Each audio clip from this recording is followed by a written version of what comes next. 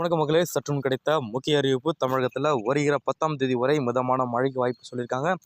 இது குறிப்பாக எந்தெந்த மாவட்டத்துக்கு அதிகமான கனமழை இருக்க போகுதாம் இந்த செய்திக்குள்ள பிரீஃபாக மட்டும் சுருக்கமாக பார்க்கும். அது மட்டும் இல்லாமல் இது எந்த அளவுக்கு கனமழை மற்றும் அதாவது எந்தெந்த பாதிப்பு ஏற்படுத்த போதும் இந்த செய்திக்குள்ள பிரீஃபாக பார்க்க போகிற மக்களே.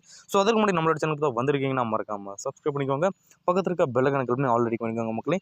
அண்ட் முக்கியமான விஷயம், வீடியோ ஸ்கிப் பண்ணால் பாருங்கள். அப்போ தான் நான் சொல்கிற தகவல் உங்களுக்கு வந்து 3 வருஷம் இப்போ வாங்க வீடியோக்குள்ளே போகலாம். குறிப்பாக தமிழகத்தில் ஒரு இடங்களிலும் புதுவை மற்றும் காரைக்கால் பகுதியிலும் லேசான முதல் மிதமான மழை பெய்யக்கூடும் அப்படின்ட்டும் எதிர்பார்க்கப்படுவதாக சொல்ல வராங்க மக்களே. சரி, சென்னை வானிலை ஆய்வு மையம் வெளியிட்ட அறிக்கையில் என்ன சொல்லியிருக்காங்கன்னா, மன்னார் வளைகுடா அதனுடைய ஒட்டிய பகுதியில் ஒரு மேல் வளிமண்டல கீழடுக்கு சுழற்சி நிலவதாக சொல்லியிருக்காங்க. ஸோ இதன் காரணமாக என்ன நடக்க போகிறது தான் பார்த்தீங்கன்னா, தெற்கு வங்கக்கடல் மத்திய பகுதியில் அதனை ஒட்டிய பூமத்திய ரேகைக்கு அருகில் உள்ள இந்திய பெருங்கடல் பகுதியில் ஒரு வளிமண்டல கீழடுக்கு சுழற்சி நிலவதாக சொல்லியிருக்காங்க. ஸோ இன்று முதல் 6ஆம் தேதி வரை தமிழகம், புதுவை மற்றும் காரைக்கால் பகுதியில் ஒரு வறண்ட வானிலை நிலவக்கூடும் அப்படின்றும் எதிர்பார்க்கப்படுவதாக சொல்ல வராங்க மக்களே. ஸோ 7ஆம் தேதி முதல் 9ஆம் தேதி வரை மேற்கு தொடர்ச்சி மலை மாவட்டங்களாகிய மற்றும் அதனுடைய தென் தமிழக கடலோர மாவட்டங்களில் ஓரிரு இடங்களில் லேசான மழை பெய்யக்கூடும் அப்படின்றும் எதிர்பார்க்கப்படுவதாக சொல்ல வராங்க மக்களே. ஸோ ஏனைய தமிழகம், புதுவை மற்றும் காரைக்கால் பகுதியில் ஒரு வறண்ட வானிலை நிலவக்கூடும் அப்படின்றும் எதிர்பார்க்கப்படுவதாக சொல்ல வராங்க.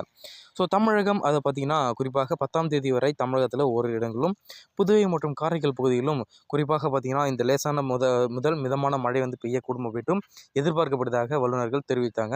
ஸோ இந்த நிலையில் தான் சென்னை மற்றும் அதனுடைய புறநகர் பகுதியில் இன்று வானம் ஓரளவு மேகமூட்டத்துடன் காணப்படும் அப்படின்ட்டும் சொல்ல வராங்க. ஸோ அதிகாலை வேளையில் ஓரிரு இடங்களில் மிதமான பனிமூட்டம் காணப்படும். ஸோ அதிகபட்ச வெப்பநிலை பார்த்தீங்கன்னா 33 டிகிரி செல்சியஸ் இருக்கக்கூடும் அப்படின்ட்டும் எதிர்பார்க்கப்படுவதாக சொல்ல வராங்க மக்களே.